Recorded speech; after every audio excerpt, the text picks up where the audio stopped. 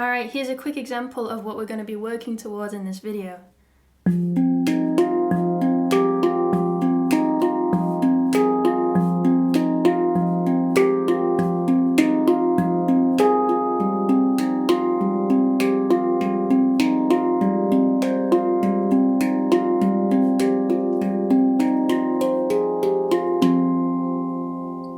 But first, let's break it right the way down to its most basic form and build up to that.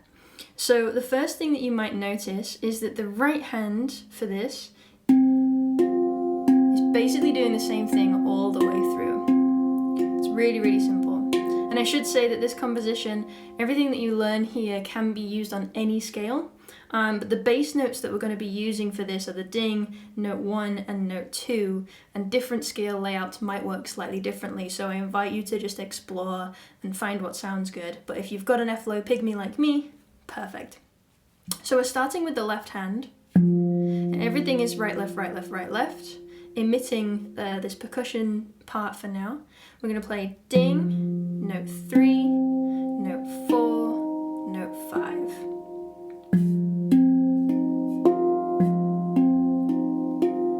Let's just practice that a few times around. Nice and simple. Take note of what fingers I'm using for these as well. With my left, I'm playing the ding with my thumb and note 4 with my middle finger. And the reason I'm doing that is so that I can rotate instead of, for instance, if I just use one finger for both, having to move all that way, right? This is much more easy for me. Path of least resistance. And it's the same with the right hand. I'm using my thumb and my middle finger because when I place my hand down on the instrument, that's where it naturally lands. And I can just rotate then, rather than having to move. So again. And if we take this exact same idea, but replace the ding with note 1 instead, then we have a slightly different feel.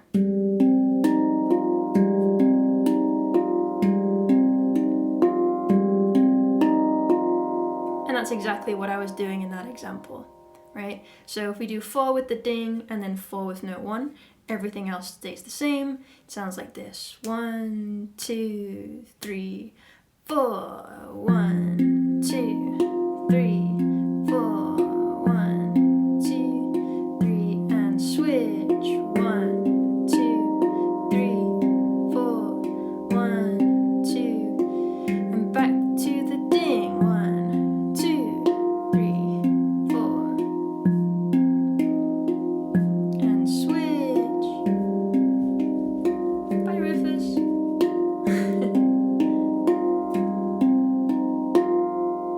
So I invite you to go back, slow the video down if that's too fast for you. You can do that in the YouTube settings and practice that over and over until you feel super comfortable with it. Once you feel comfortable, we're going to start exploring with this left hand. So every one will look exactly the same. In fact, every 1, 2, and 3 is going to look the same for now. So it looks like this. 2, 3, and then on the 4th time,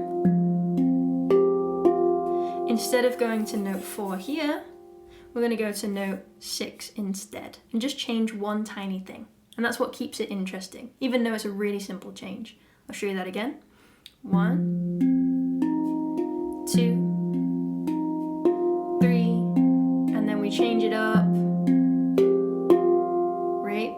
And then we can do the exact same thing, but leading with note 1, like this. 1, 2, 3, and then add note 6, 4, da da, dum, da da, dum, da da, dum, da da, dum, da da. Right? So let's add those two parts together. 1, 2, 3, 4, 1, 2, 3, 4, and 1. Here's the 4th time. Ba-da, switch.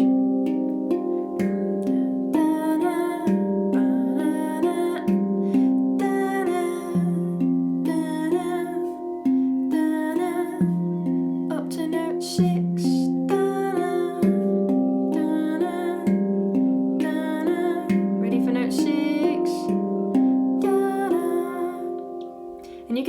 principle and change to whichever note you like on the 4th time around, right? I invite you to explore that and make it your own.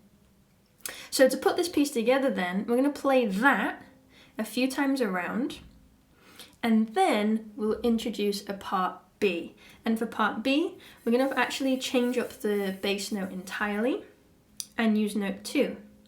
Everything else stays the same.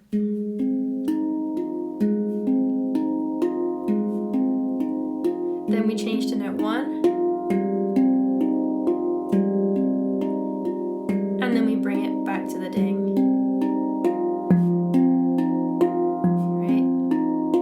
And we do it twice as long. Again. We are going to change some things in this part though in a minute. But let's try that one more time. Note 2.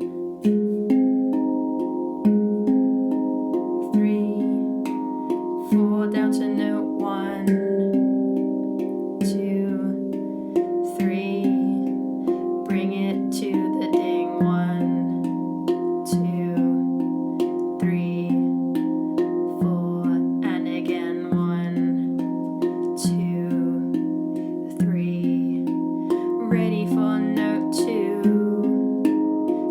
2, 3, 4, note 1, 2, 3, 4 to the ding, 1, 2. And if you want to change that note, you can on this time around. And again.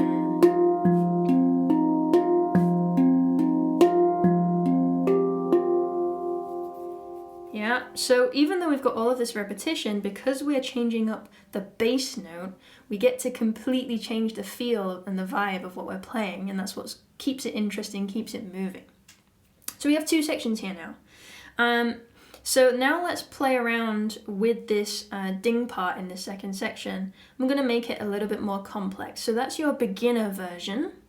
And now if we get a little bit more intermediate, we're going to start to introduce some percussion sounds and move the melody a bit more. So what's going to happen is on strike 3, which is with the left hand, 1, 2, 3, I'm going to slap at the same time with my right hand. And now the trick for this is that your slap is going to have to be a little bit firmer than your strike on the left, right? You don't want to crash into that note, but you do want that tack to come through. So this is a really good practice for this right and left independence, being able to control your dynamics a little bit differently.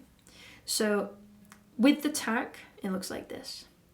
1, 2, 3, 4. 1, 2, 3, 4. 1, 2, 3, 4. 1, 2. Try it with me. 1, 2, 3, 4. 1, 2, 3, 4. 1, 2, 3, 4. 1, 2, 4. Again, practice that.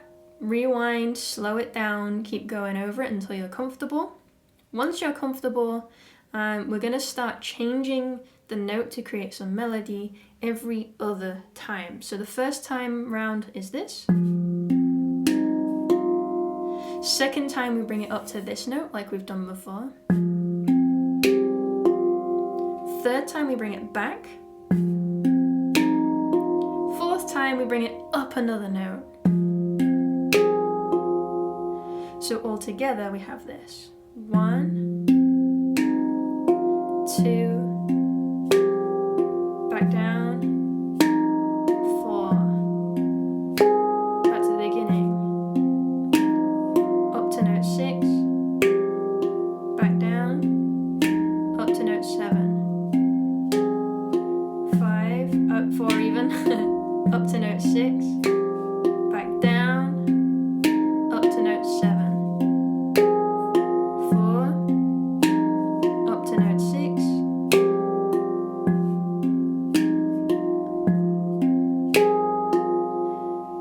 If this tack is too much for you, you can practice it without. Yeah, the handing stays the same.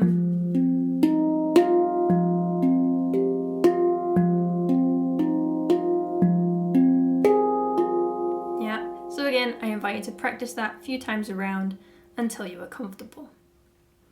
Once you're comfortable, we're going to put those things together. So coming back to this bass line here.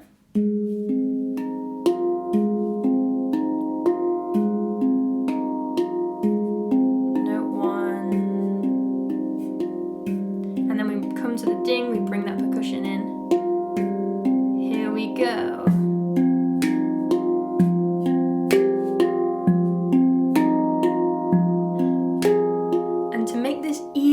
Dynamic, even more interesting, even more like a solid composition, we're going to play with the levels here. So when we bring in this bass line, let's bring the volume right the way down so that we're bringing a sense of drama to the piece. 3,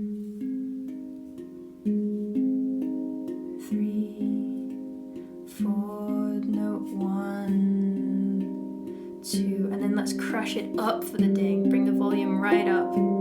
Here we go.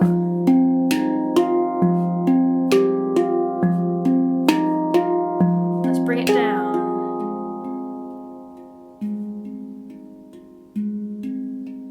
Down to note 1. Ready? Here we go. 1, 2.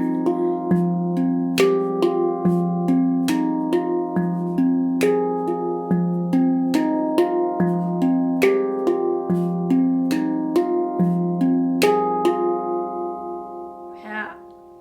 And so that's all the elements that we need, and we can just start to explore with structuring this in different ways, and you've got a little mini composition here. So let me demonstrate all of those sections, how we can put those together in different ways, how we can perform them and breathe with them in different ways, and then hopefully you can take that and create your own version and play around with it yourself. So starting with the simple version with the ding, then leading to the section B, then exploding with that percussion section. Looks like this. And I'm going to speed it up as well to performance speed. And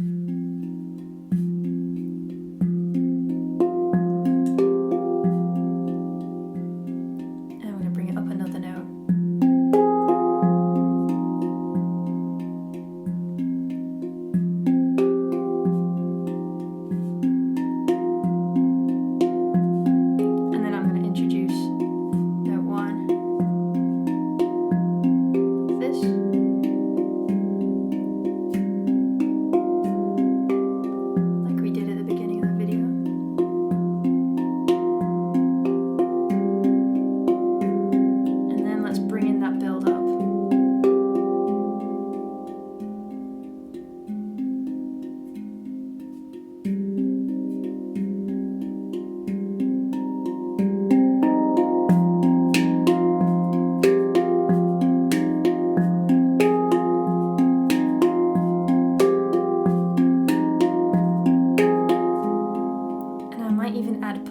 For dramatic effect, like so.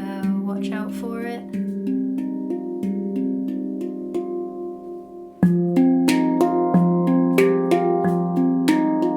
Or instead of a pause, I could add a run down the scale, like this.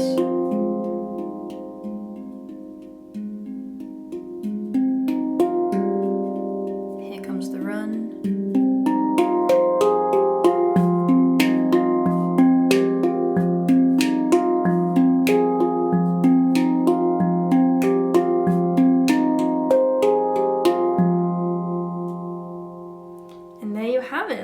Composition. So I invite you to take that, especially if you have a different scale, and see how you can change it up, make it your own, use these arpeggio ideas and these little bassline ideas to create some kind of cool, simple but interesting composition.